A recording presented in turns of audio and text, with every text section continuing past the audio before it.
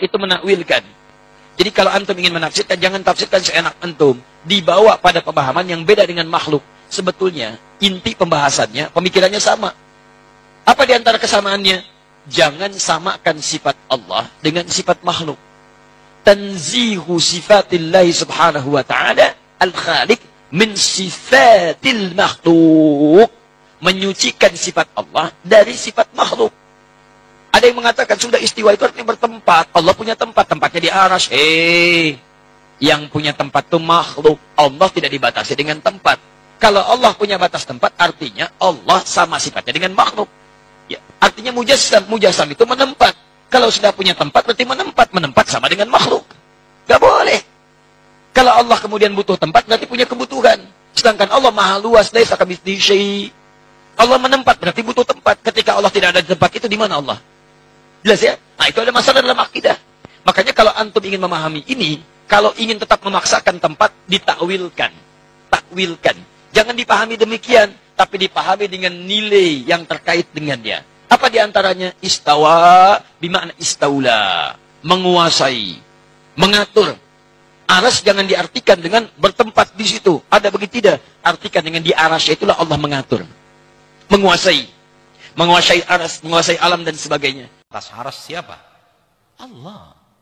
Apakah kalau Allah yang mengatakan di atas aras, salah kita mengatakan Allah di atas aras?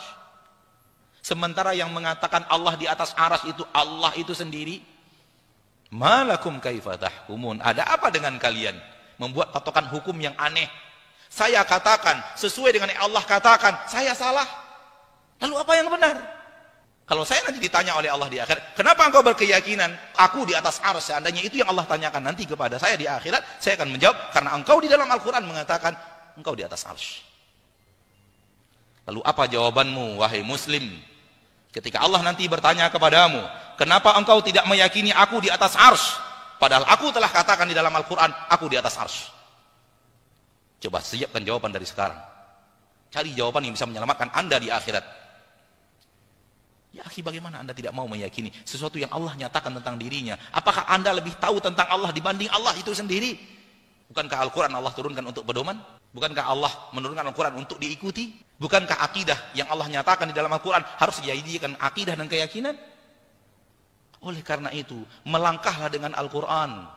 Al-Quran menyatakan, nyatakan seperti yang ada di dalam Al-Quran. Al-Quran tidak menyatakan, jangan mencoba-coba menyatakan sesuatu yang tidak dinyatakan di dalam Al-Quran.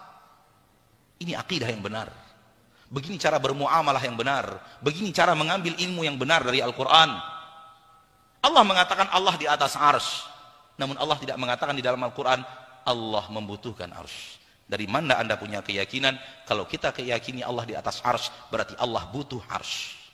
Di mana Allah mengatakan itu di dalam Al-Quran? Di mana kami menyatakan akidah yang seperti ini? Di dalam kajian-kajian kami. Tolong cari. Anda bertemu saya menyatakannya, potong leher saya. Kalau ada saya menyatakan Allah di atas arsy, Allah butuh arsy. Kalimat yang terakhir. Kalau bertemu saya mengucapkannya di dalam kajian, saya datang kepada anda untuk penggal leher. Karena itu tidak pernah saya yakini seumur hidup. Bahkan saya meyakini Allah di atas arsy, arsy butuh Allah. Bukan Allah yang butuh arsy. Kalau anda tidak berani menyatakan seperti yang Allah nyatakan di dalam Al-Quran, kemana anda akan mencari keselamatan di akhirat? Baik.